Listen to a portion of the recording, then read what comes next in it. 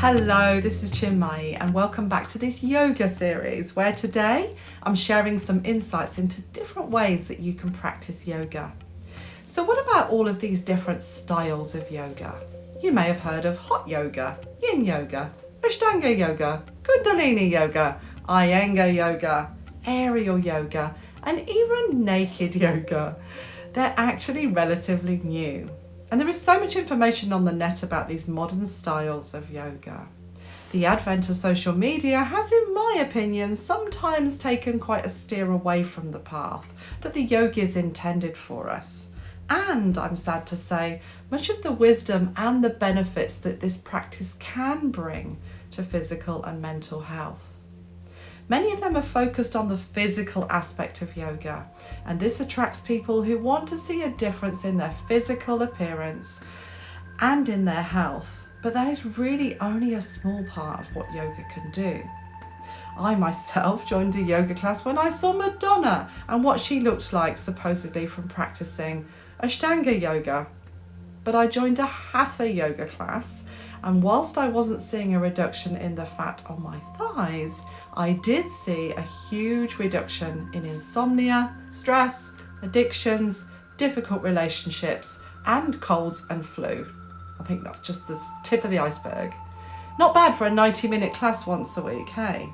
It was changing my life, and in time I would see a 30-year binge eating disorder disappear, and I would have yoga to lean on through the grief of the death of my mother, and it would change the trajectory of my career to something with purpose and passion. There are really only 4 traditional paths to yoga, which until I did my teacher training back in 2006, I knew nothing about, so I want to share these with you now. They are called the paths of yoga rather than styles because they're like ingredients to taking you where you want to be. The first one is Bhakti Yoga, the practice of surrender.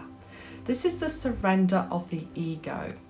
In yoga philosophy, the ego is not a demon, but is a barrier to living a happy life. When we surrender to the practice of yoga, we are more open to receiving the benefits of it. The ego, which could be demonstrated by judgment, fear, anger, resentment, or even worry, can stop us from the incredible healing that practices like yoga can provide. Bhakti Yoga is a form of allowing us to grow, expand and evolve into a better, happier and more fulfilling life. So what does Bhakti Yoga look like? The yogis have several archetypes which are seen as gods or goddesses. These archetypes have energies which are respected through rituals or chants. Often we would chant at the start of a class depending on the theme. When I first did this though, I had enormous resistance. Then a yogi gave me a brilliant analogy about how chanting works. Think about how a football fan goes along to a game and sings songs on the terraces for their team. It gives them a great sense of euphoria and unity. This is the essence of yoga, unity, that's what it means. My resistance was at best embarrassment, but more likely my ego. Surrender can also be done in everyday life. What are we holding on to out of pride? What can we let go of that will reduce stress and give us a sense of freedom? That's like Bhakti Yoga. The next is Karma Yoga, the yoga of action. On a very basic level, this means doing something. The Karma Yogis in the ashrams of India are essentially volunteers. They give through work, which is called seva, without any expectation of reward. You might think, well, I can't just up sticks and go and live in an ashram, eat, pray, love style. But we can lower our expectations and we can take good action in our lives. This might mean committing to a traditional yoga class each week. And maybe in that class, moving through the practice without any expectations of ourselves or allowing judgment to get in our way. This gentle approach can help us to find peace and reduce stress. By practicing this on the mat, we can help the mind to reduce expectations in other areas of our lives that give us stress. Raja Yoga is next. This is the yoga of the mind. Where Karma Yoga is the physical action of yoga without expectation, Raja Yoga is the practice for the mind. It's observing the mind through introspection, both in a yoga or meditation practice and indeed in life. It might be observing our thoughts or reactions. One good way to practice this is to focus on an object, such as the breath. Very soon the mind will jump in with thoughts.